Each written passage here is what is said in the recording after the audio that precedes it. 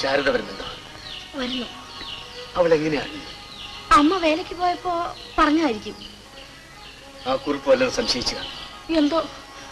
കുട്ടികളുണ്ടോ? ഉണ്ട്. നീ ഉടനെ പുറത്തു പോ. ആ കുട്ടികളെ ഇങ്ങോട്ട് അയക്കരുത്.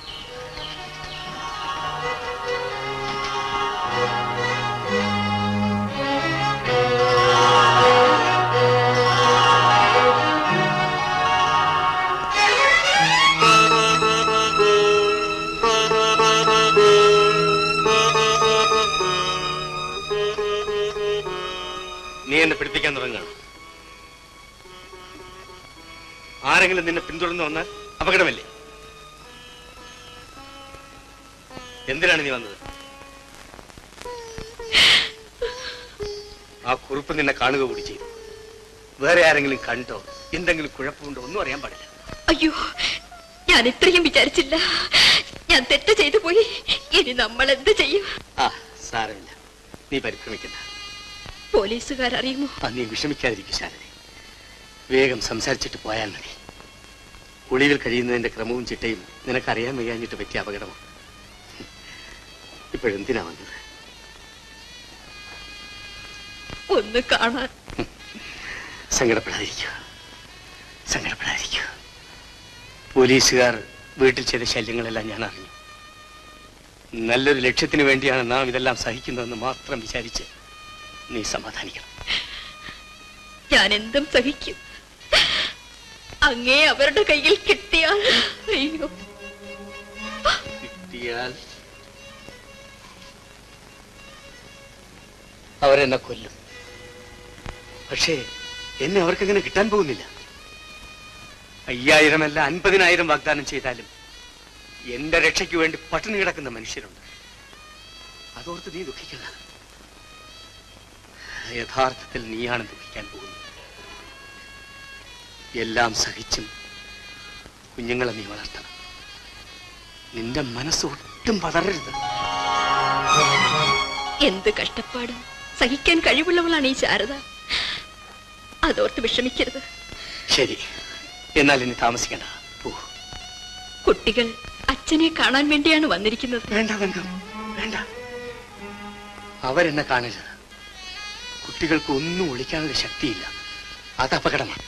അയ്യോ, അവരെപ്പോഴും അച്ഛനെ കാണണമെന്നും പറഞ്ഞ് ശാഠ്യമാണ്. പ്രത്യേകിച്ച് മോൾ. എനിക്ക് ആഗ്രഹമില്ലാഞ്ഞിട്ടാണോ?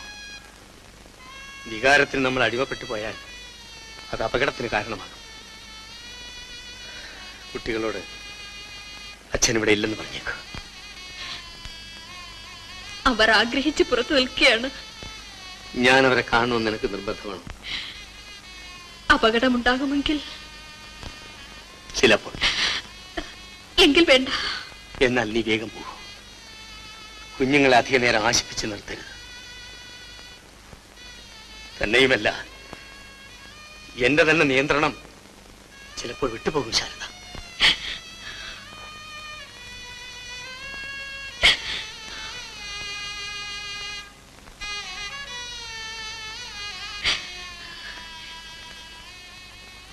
അങ്ങൊരു വിധത്തിലും എന്നെയും മക്കളെയും ഓർത്ത് വിഷമിക്കരുത്. പക്ഷേ പോലീസിന്റെ കയ്യിൽ പെടരുത്. ആ ഒരു പ്രാർത്ഥന മാത്രമേ എനിക്കുള്ളൂ. നാട്ടുകാരെ വിശ്വസിക്കൂ. മോള് വിളിക്കുന്നു. ഓ,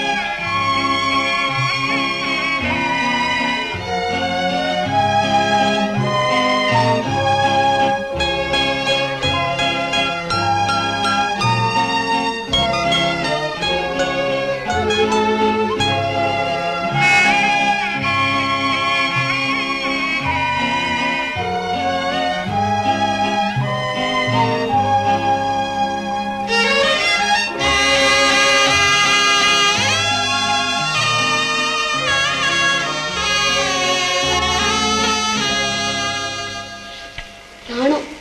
വരാൻ പറയാം.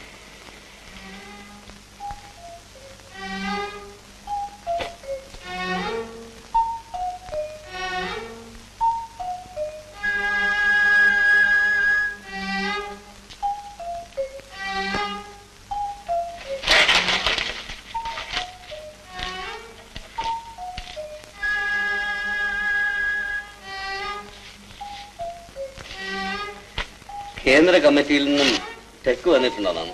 ഇല്ല. കൊല്ലം ഡിവിഷൻ കമ്മിറ്റി കോറിയറെ ചെങ്കോട്ടെ അടുത്ത് വെച്ച് അറസ്റ്റ് ചെയ്തിരിക്കുകയാണ്. അതുകൊണ്ട് അയാൾ മുഖേനയുള്ള എല്ലാ ബന്ധങ്ങളും വേർപെട്ടിരിക്കുകയാണ്.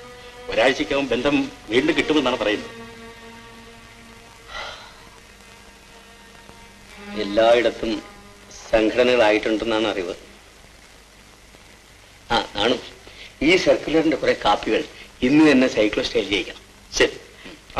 പിന്നെ നമ്മുടെ മകനില്ലേ അപ്പു, അവരും പ്രവർത്തിക്കുന്നുണ്ട്. ചില രഹസ്യ കത്തുകളും രേഖകളും അവന്റെ കയ്യിലാണ് കൊടുത്തയക്കുന്നത്. ഈ ചെറുപ്രായത്തിൽ തന്നെ അവനും രാജ്യത്തിന് വേണ്ടി പ്രവർത്തിക്കട്ടെ.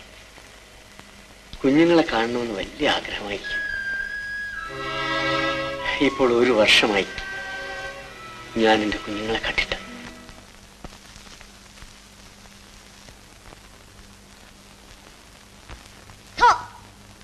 പെണ്ണ് പേടിച്ചു പോയി. പിന്നെ പിന്നെ ഛേദമുണ്ട് പേടിക്കാൻ. പെണ്ണോർത്ത് പോലീസ് ഒന്ന് പിടിച്ചെന്ന്. പിന്നെ പിന്നെ നീ പേടിച്ചില്ലൂടി? ഇല്ല.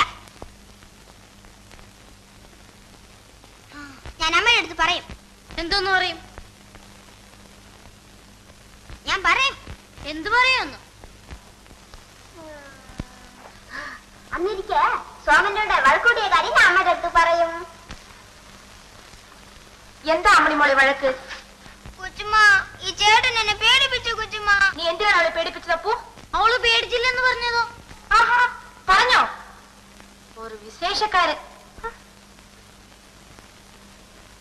ഇങ്ങോട്ട് വാ.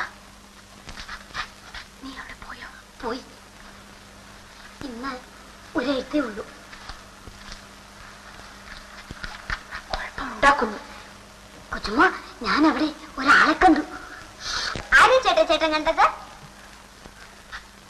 അപ്പു, നിന്നോട് ഇതൊന്നും പറയരുതെന്ന് പറഞ്ഞിട്ടില്ലയോ? ഞാൻ കൊച്ചുമ്മയോടായതുകൊണ്ടല്ലേ പറഞ്ഞേ.